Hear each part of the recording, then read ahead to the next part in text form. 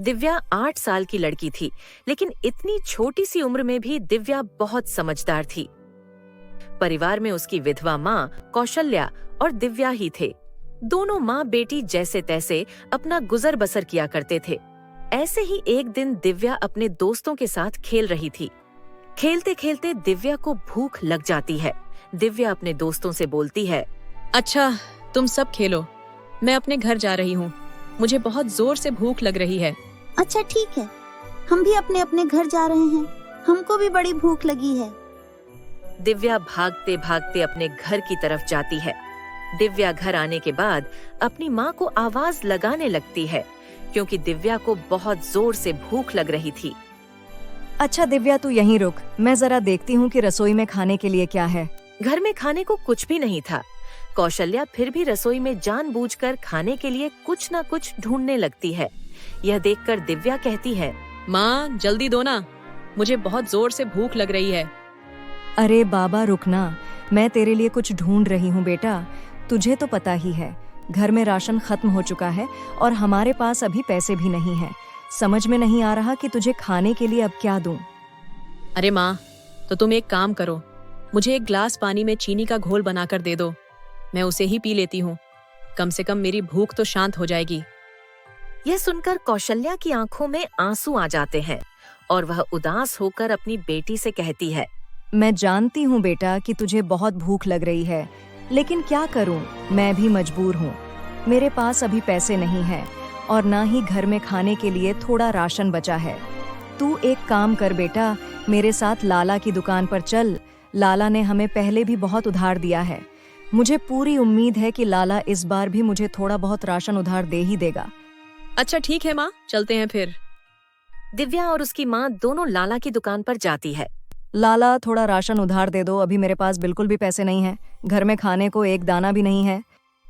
दिमाग तो ठीक है ना, अभी तूने पिछला कर्ज तो चुकाया नहीं और तू दोबारा मेरे पास उधार लेने के लिए आ गई। जब तक तू पिछले पैसे मुझे वापस नहीं करती, तब तक मैं तुझे 1 रुपए को उधार नहीं दूंगा। लाला, बात को समझने की कोशिश करो। मैं तो भूखी रह लूंगी, लेकिन अपनी बेटी को भूखा देखकर मुझे बहुत तकलीफ होती है। थोड़ा बहुत राशन दे दो। अरे मैं तो बहुत दिनों से तेरा ही इंतजार कर रहा था, कब तू मेरे दुकान पर आए, क्योंकि मुझे तो दुकान से फुर्सत नहीं मिल रही कि मैं तेरे घर आऊं और तुझे याद दिलाऊं कि 4 महीने हो गई और अब तक मुझे मेरे पैसे वापस नहीं मिले। आखिर कब तक ऐसा चलेगा? माफ करना लाला, इस गांव में कोई मुझे समझने वाला नहीं है। बहुत उम्मीद लेकर आई हूँ तुम्हारे पास। तुम इस बार के लिए मुझे थोड़ा बहुत राशन दे दो, बाकी आगे से मैं कोशिश करूंगी कि मैं जैसे तैसे तुम्हारे पैसे वापस कर दूं। तेरा दिमाग तो ठीक है ना, अब अपनी गंदी शक्ल लेकर यहाँ से चली जा। मैं तुझे 1 रुपए को उधार नहीं दूंगा। पता नहीं कहाँ कहाँ से आ जाते हैं मुंह उठाकर। ये देखकर दिव्या को बहुत बुरा लगता है और वह गुस्से में लाला को बोलती है, काका, अपनी जुबान संभाल कर बात करो। मेरी माँ ने कोई चोरी नहीं कही है जो आप मेरी माँ से इस तरह से बात कर रहे हो। हाँ, हम गरीब हैं, हमारे पास पैसे नहीं हैं, लेकिन हम आपके पैसे वापस कर देंगे। अब इस चिड़िया के भी पर निकल आए हैं बोलने के लिए। मुंह में पूरे दांत नहीं है, लेकिन जुबान तो देखो कितनी लंबी चल रही है इनकी। साफ बोल रहा हूं, 1 महीने का वक्त है तुम दोनों के पास। अगर 1 महीने के अंदर अंदर मेरी उधार के पैसे तुमने वापस नहीं किए तो याद रखना, मुझसे बुरा कोई नहीं होगा। दोनों माँ बेटी खाली हाथ उदास चेहरा लेकर वहाँ से अपने घर की ओर आ रहे थे। तभी रास्ते में कौशल्या अपनी बेटी को समझाते हुए कहती है, बेटा दिव्या, एक बात हमेशा याद रखना, जब 2 बड़े लोग आपस में बातचीत कर रहे हो तब बच्चों को बीच में नहीं बोलना चाहिए। तुमने आज लाला जी से जो भी बोला है वो बिल्कुल भी ठीक नहीं था। नहीं माँ, मैंने जो बोला वो बिल्कुल ठीक है। वो आदमी बेइज्जती कर रहा था और मुझसे यह बिल्कुल देखा नहीं जा रहा था। अच्छा बाबा ठीक है, लेकिन अभी शांत हो जा। इतनी छोटी सी है और कितना पटर पटर बोलती है तू। माँ, मुझे बिल्कुल भी अच्छा नहीं लगता जब कोई बाहर वाला आपसे इस तरह से बात करता है। मैं आपसे बहुत प्यार करती हूँ और मैं नहीं चाहती कि कोई मेरी माँ की बेइज्जती करे। अच्छा ठीक है, अब शांत हो जा, चुपचाप घर चल। नहीं माँ, तुम घर जाओ, मैं अपने दोस्तों के साथ खेलने जा रही हूँ। थोड़ी देर में घर वापस आ जाऊंगी। अरे बेटा, इतनी तेज धूप हो रही है, कहाँ जाएगी तू? माँ तुम जाओ ना, मुझे खेलना है दोस्तों के साथ। अच्छा ठीक है, ध्यान से खेलना और हाँ, 1 घंटे के बाद घर आ जाना। वापस दिव्या वहाँ से अपने दोस्तों के साथ खेलने के लिए निकल जाती है तो वहीं कौशल्या अकेले ही घर आ जाती है। खेलते खेलते दिव्या को एक पेड़ के नीचे एक टोकरी दिखाई देती है।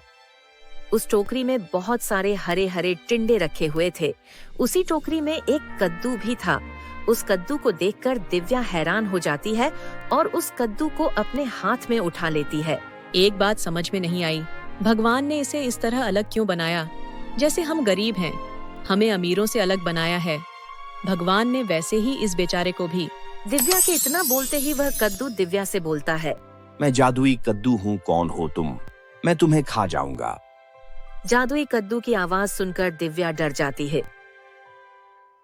तो मेरे प्यारे दोस्तों, आपको हमारी इस कहानी का पहला पार्ट कैसा लगा? हमें कमेंट करके जरूर बताएं और इसे अपने दोस्तों के साथ भी शेयर करें। और हाँ दोस्तों, अगर आपने अब तक हमारे चैनल को सब्सक्राइब नहीं किया है तो जल्दी से नीचे लाल बटन दबाकर अभी कर लें। तो मिलते हैं आप सभी से इस कहानी के दूसरे पार्ट में। तब तक के लिए आप अपना ध्यान रखें। धन्यवाद। Subscribe now and press the bell icon. Never miss an update.